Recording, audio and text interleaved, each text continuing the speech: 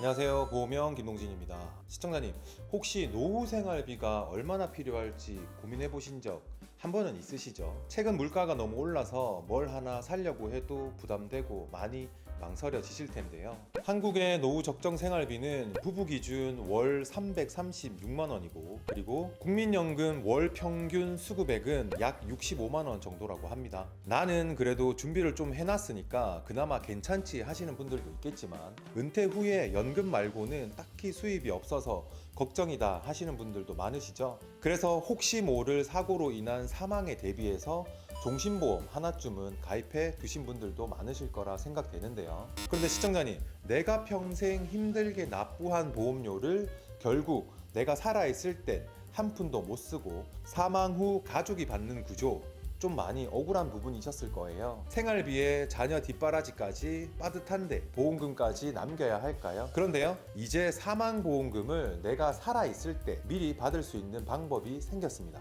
금융위원회에서 2025년 3분기부터 도입할 새로운 제도인데요. 무슨 내용이냐면 내 사망보험금을 연금처럼 미리 활용할 수 있는 제도입니다. 오늘은 이 제도가 어떤 건지, 나는 얼마나 받을 수 있는지, 그리고 어떤 점을 주의해야 하는지까지 안내해 드리겠습니다.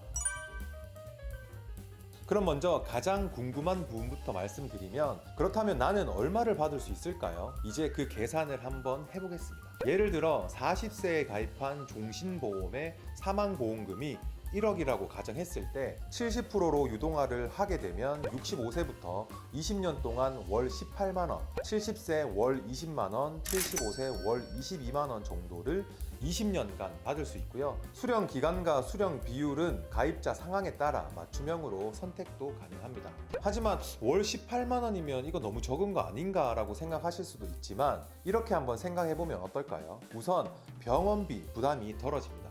나이가 들수록 병원 갈 일도 많아지고 그만큼 병원비 부담도 커질 거고, 자식들에게 말하기 애매한 정도의 돈이 갑자기 필요할 때 보험금 유동화로 해결할 수도 있고, 그리고 실손보험과 함께 사용하면 병원비 걱정이 확 줄어들지 않을까요? 거기다 노후생활비로 활용하면 생활의 보탬도 되겠죠. 그리고 용돈 개념으로 매월 20만원씩 1년으로 따져보면 240만원이나 되니까 가끔 친구들과 영화도 한 편 보고 외식도 하고 싶을 때, 배우자와 소소하게 여행도 다녀오고 싶을 때, 이게 무슨 큰 잘못이라고 자식들에게 부담 주기 싫다며, 그리고 아들 딸한테 병원비 달라 하기 싫을 때 어느 정도 미리 대비할 수 있어서 그만큼 부담을 덜 수 있게 되는 거죠. 그리고 여기서 중요한 건 사망보험금 전부를 받는 게 아니라 유동화하지 않은 남은 금액은 여전히 가족에게로 상속이 됩니다.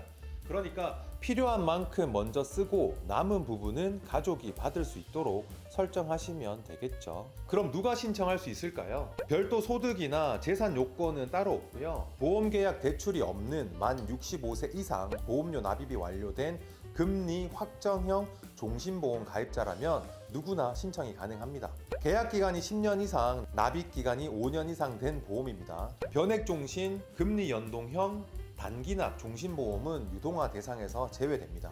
유동화 개시 나이에 따라 수령하는 금액은 달라질 수 있지만, 예를 들어 70세 때 유동화 시 사망보험금이 5천만 원인 경우 연금으로 월 10만 원 정도가 지급되고요. 사망보험금이 1억 원일 경우 연금으로 월 20만 원이 지급됩니다.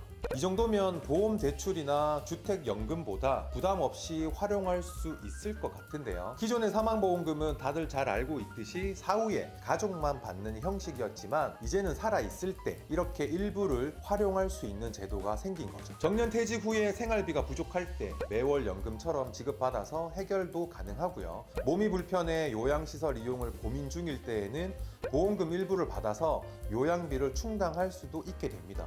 물론 상황들이 다 같을 수는 없어서 사망보험금을 남기는 것도 중요할 수 있지만, 내 노후를 먼저 생각해서 활용하는 것도 어쩌면 더 나을 수 있을 거란 생각도 저는 해봅니다.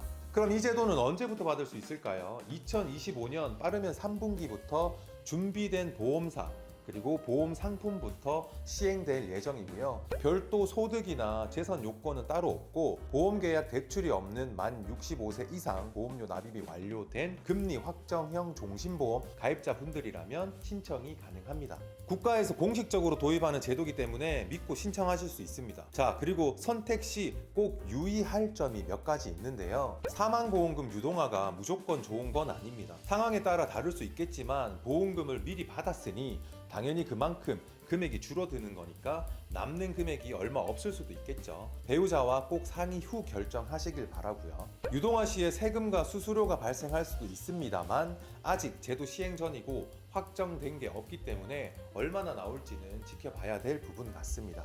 유동화 개시를 만 65세부터 시행하고 60%로 비율을 설정하고 평균 수명보다 오래 살 경우에는 받은 금액이 적을 수도 있겠죠. 보험계약 대출은 원리금을 상환할 수가 있고 사망보험금을 유지할 수가 있는데 주택연금은 집을 담보로 하는 방식이고 사망 후에 집이 연금 지급 기간으로 넘어갈 수 있어요. 근데 사망보험금 유동화는 이자 부담 없이 내 돈을 미리 받는 방식으로 상환 의무가 없으니까요. 각자의 재정 상황과 원하는 방식에 따라 신중한 선택이 필요하겠습니다. 지금까지 간단하게 사망보험금 유동화에 대해 알아봤습니다. 사망보험금을 가족만 받는 시대는 이제 지났어요. 이제 내가 직접 사용하고 남은 보험금을 가족에게 전달하는 새로운 방법에 대해 시청자님은 어떻게 생각하시나요? 그래도 사망보험금을 남겨야 한다고 생각하시나요? 아니면 내 노후를 위해 미리 활용하는 것이 더 현명한 선택일까요? 댓글에 많은 의견들 남겨주세요. 함께 고민해보겠습니다. 구독과 좋아요는 영상 제작에 많은 힘이 됩니다. 그 힘을 주시면 이런 유익한 정보를 빠르게 받아보실 수 있습니다. 오늘 영상 여기까지 하겠습니다. 보험 관련 궁금한 점은 댓글이나 위 카카오톡 또는 연락처로 연락 주시면 친절히 꼼꼼하게 안내 드리겠습니다.